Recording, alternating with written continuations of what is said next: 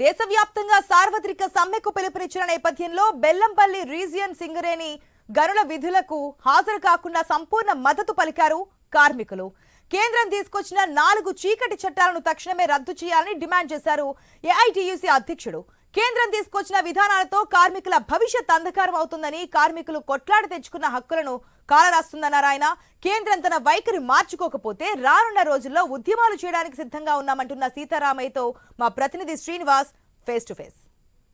అనుసరిస్తున్న కార్మిక విధానాలకు వ్యతిరేకంగా నేడు దేశవ్యాప్త సమ్మెలోనైతే అయితే సింగరేణి కార్మికులు స్వచ్ఛందంగా పాల్గొన్నారు. ఇప్పటికే బెల్లంపల్లి రీజియన్లో ఉన్నటువంటి ఇటు భూగర్భ గనులతో పాటు ఓపెన్ కాస్ట్ గనుల్లోనైతే కార్మికులు స్వచ్ఛంగా విధులను బహిష్కరించగా ఇటు కార్మిక సంఘాలు అయితే మైన్లపైనైతే నిరసనలు వ్యక్తం చేస్తున్న పరిస్థితులు అయితే ఉన్నాయి. అసలు వారి ప్రధాన డిమాండ్లు ఏంటి, ఏం కోరుతున్నారు అనేసి వారిని అడిగి తెలుసుకుందాం. సార్ చెప్పండి, అసలు ఈ ప్రధాన డిమాండ్ ఏంటి? గతంలో కూడా దేశవ్యాప్త సమ్మెకు పిలుపునిచ్చారు, సమ్మెలో పాల్గొన్నారు, కానీ కేంద్రం నుంచి మాత్రం ఎటువంటి హామీలు రాలేదు, విధి విధానాలు మాత్రం అలానే ఉన్నాయి. ఏం డిమాండ్ చేయబోతున్నారు మీరు? నరేంద్ర మోడీ తీసుకున్నటువంటి ఏదైతే కార్మిక వ్యతిరేక విధానాలు ఉన్నాయో కార్మిక వ్యతిరేక విధానాలను వెంటనే రూపుమాపాలని చెప్పేసి మేము కోరుకుంటున్నాం. ఈరోజు కాదు, గతం నుంచి కూడా ఏదైతే నరేంద్ర మోడీ గారు ప్రభుత్వం ఏర్పడినప్పటి నుంచి ఏదైతే ఉన్నటువంటి ఈ చట్టాలు ఉన్నాయో ఆ చట్టాలను పూర్తిగా రూపుమాపేటువంటి ప్రయత్నం తీసుకొచ్చిండు. కార్మికులను ప్రైవేటు వ్యక్తుల చేతిలో పెట్టడానికి చేసేటువంటి ప్రయత్నం తీసుకొచ్చిండు. దాన్ని తిప్పికొట్టడానికే ఇవాళ ఈరోజు గతం నుంచి కూడా మేము థ్రెడ్డింగ్ ఇవ్వడం జరుగుతున్నది. ఈరోజు ప్రైవేట్ రంగ సంస్థల్లో పనిచేస్తున్నటువంటి కార్మికులు, ప్రభుత్వ రంగ సంస్థలో పనిచేస్తున్నటువంటి కార్మికులు అందరూ కలిసి ఈనాడు దేశవ్యాప్తంగా సమ్మెకు దిగడం జరిగింది.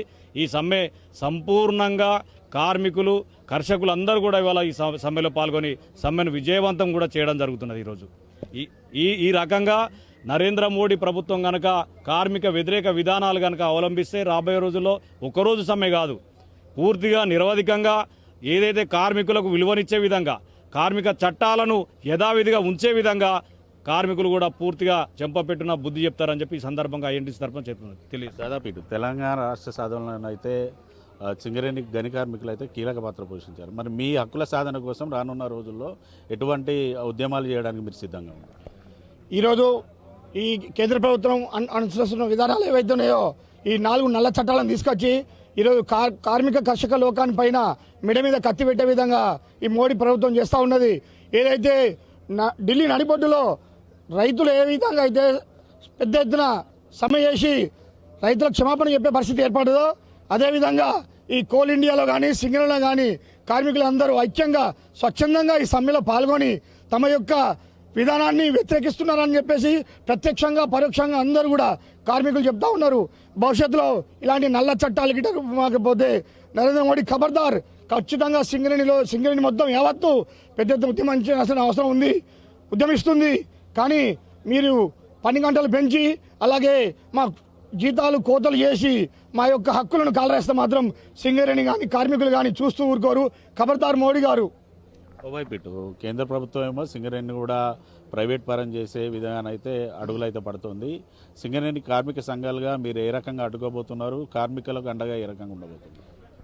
ఏదైతే నరేంద్ర మోడీ చేసినటువంటి 4 కోట్ల చట్టాలు ఏవైతే ఉన్నాయో అవి సింగరేణికే కాదు, టోటల్ యావత్తు కార్మిక వర్గానికి అంతా కూడా ప్రైవేటు పరానికి చేసేటువంటి అవకాశం ఉంది. ఎందుకంటే ఈరోజు ఉన్నటువంటి సింగరేణిలో కానీ బయట కానీ ఒక రోజు కనుక సండే రోజు చేసినటువంటి మాస్టర్కి డబుల్ మాస్టర్ ఉంటుంది. ఇప్పుడు వచ్చినటువంటి కొత్త చట్టాలలో ఆ డబుల్ మాస్టర్ అనేది కాకుండా సింగిల్ మాస్టర్ ఇచ్చి 2 నెలల్లో ఒక రెస్ట్ ఇచ్చేటువంటి పరిస్థితి ఉంది. అంటే ఏదైతే వర్కర్కి కార్మికునికి వచ్చేటువంటి లాభం ఏదైతే ఉందో దాన్ని తొక్కేటువంటి పరిస్థితి కనబడతా ఉంది. అలాగే కంపెనీకి సంబంధించినటువంటి CMPF అయితే ఏదైతే ఉందో అది 12% ఉంది. దాంట్లో వర్కర్కి 12%, కంపెనీ 12% కట్టేది ఉంది.